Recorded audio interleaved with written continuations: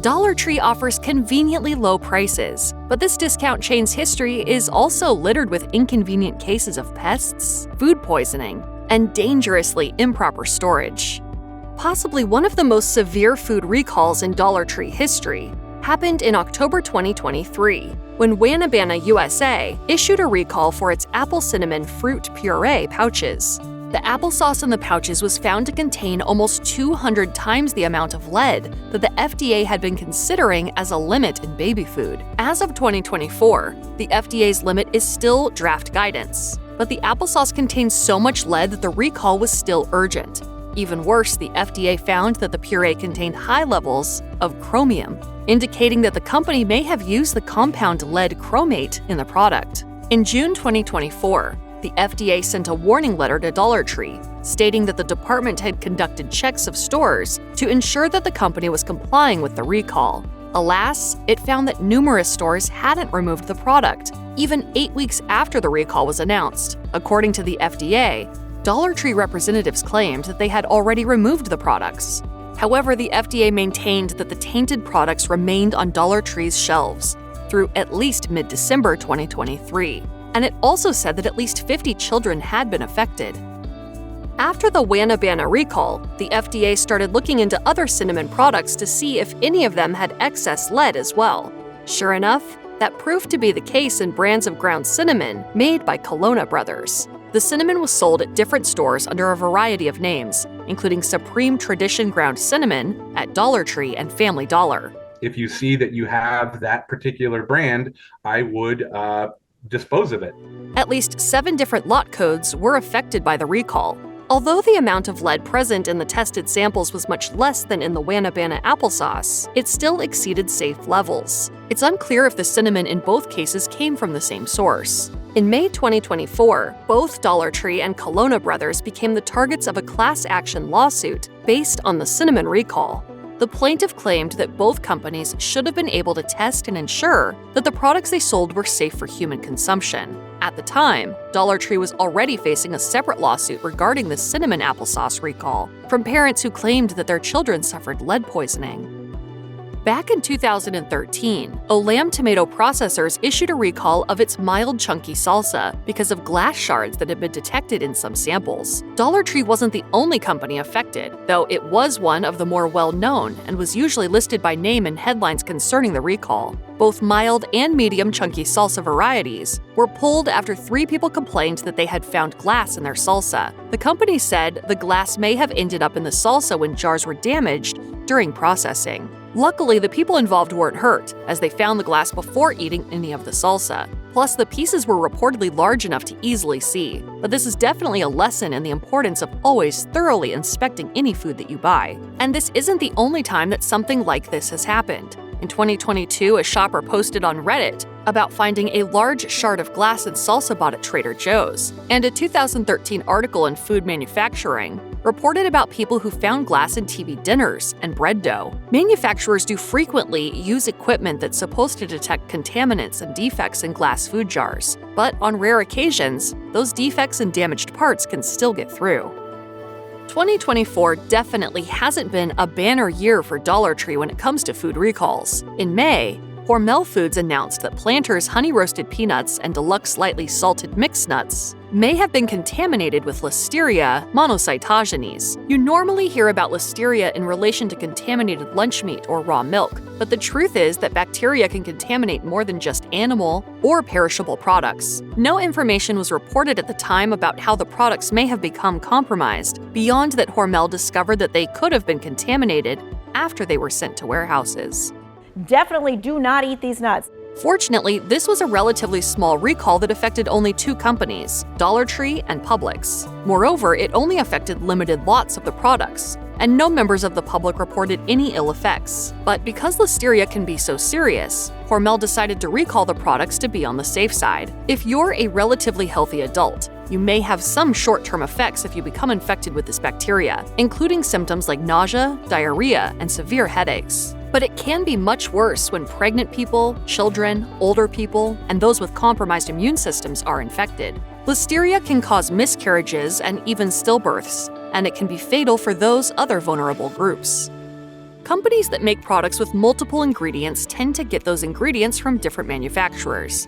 And depending on what's in those deliveries, there could be even more manufacturers involved further up the chain. For example, macaroni and cheese cups may contain macaroni from one company and cheese powder from another. Furthermore, the components that make up those two ingredients, like eggs, flour, and milk powder, likely come from a variety of unique sources. A problem anywhere in that chain can result in recalls that ripple outward, affecting many products and companies that might otherwise seem unrelated. That's what happened in 2016, when the Double Takes brand of macaroni and cheese cups were recalled. Double Takes was produced by 4th Street Barbecue, which issued a recall because the milk powder used in the cheese packets was itself part of a recall. The FDA had inspected the facilities of Valley Milk Products, the company that produced the milk powder, and found both poor sanitation practices and salmonella contamination. Yet, Valley Milk Products refused to initiate a recall at the FDA's suggestion, which led the agency to seize the milk powder and force a recall anyway. A United States District Court judge later issued a permanent injunction that ordered Valley Milk Products to halt production of the milk powder until it corrected the situation under FDA supervision.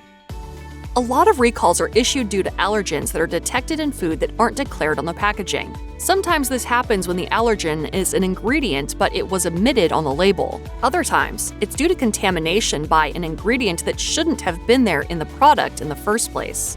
The latter case happened with Rudolph's OnYums onion-flavored rings in 2023, when they were found to contain wheat. It also contained other ingredients like dyes that weren't supposed to be there either. This slip-up indicated that the production line for one product was contaminated with another. For people with wheat allergies or gluten-sensitive conditions such as celiac disease, the presence of even one wheat-infused ring can mean the rest of the food in the container is contaminated. That then means having a reaction and possibly having to seek medical attention. I'm a super genius who is allergic to all kinds of wheat. In 2015, Dollar Tree acquired the Family Dollar chain. That latter line of stores has had its share of warehouse problems that have led to some rather astounding recalls.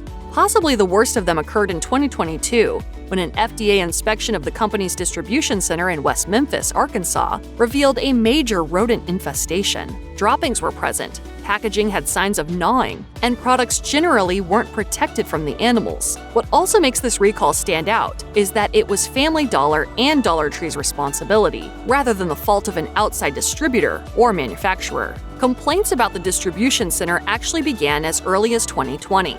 Family Dollar's own records indicated that in the span of just 7 months, it had collected 2,300 dead rodents at the center. And this wasn't just a one-off infestation, where the warehouse was suddenly overwhelmed. Instead, it was a long-term situation that created a serious safety hazard. After this discovery, exterminators fumigated the warehouse and killed 1,200 rodents. In 2024, the Department of Justice fined Family Dollar to the tune of $41.675 million, which was then the largest criminal penalty issued regarding food safety in the United States. I wouldn't trust to shop there again.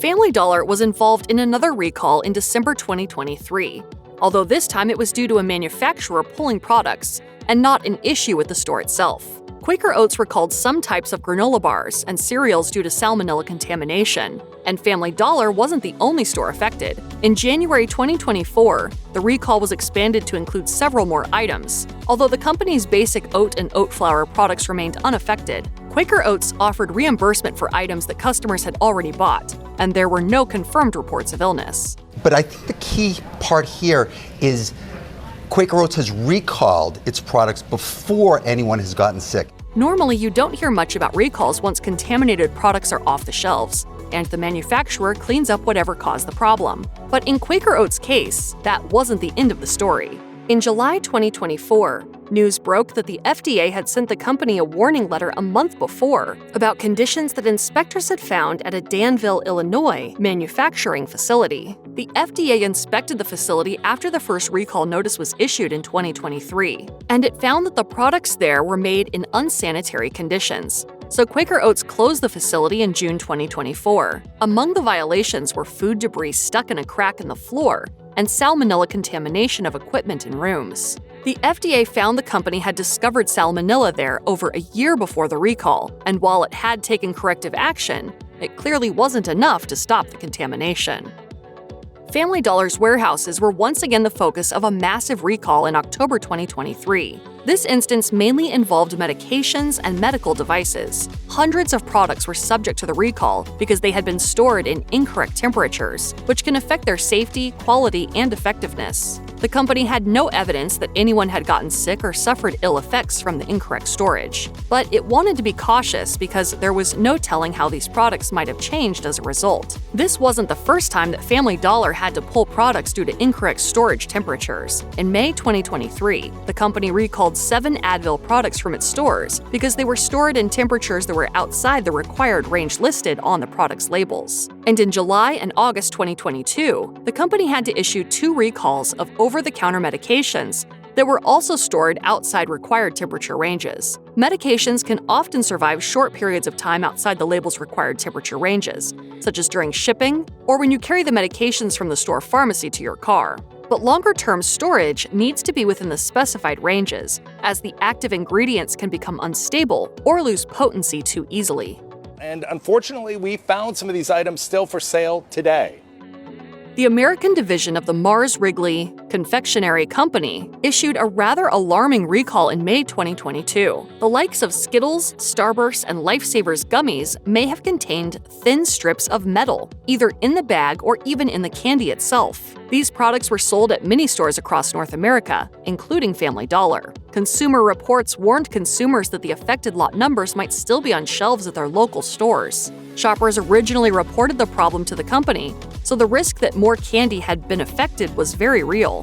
13 different products were potentially contaminated. The products in question were made by a currently unidentified third party, rather than in a facility owned and directly operated by Mars Wrigley. This isn't an unusual move for manufacturers, as outsourcing the actual manufacturing process can save money. Unfortunately, that also adds another link in the manufacturing chain where something could go wrong.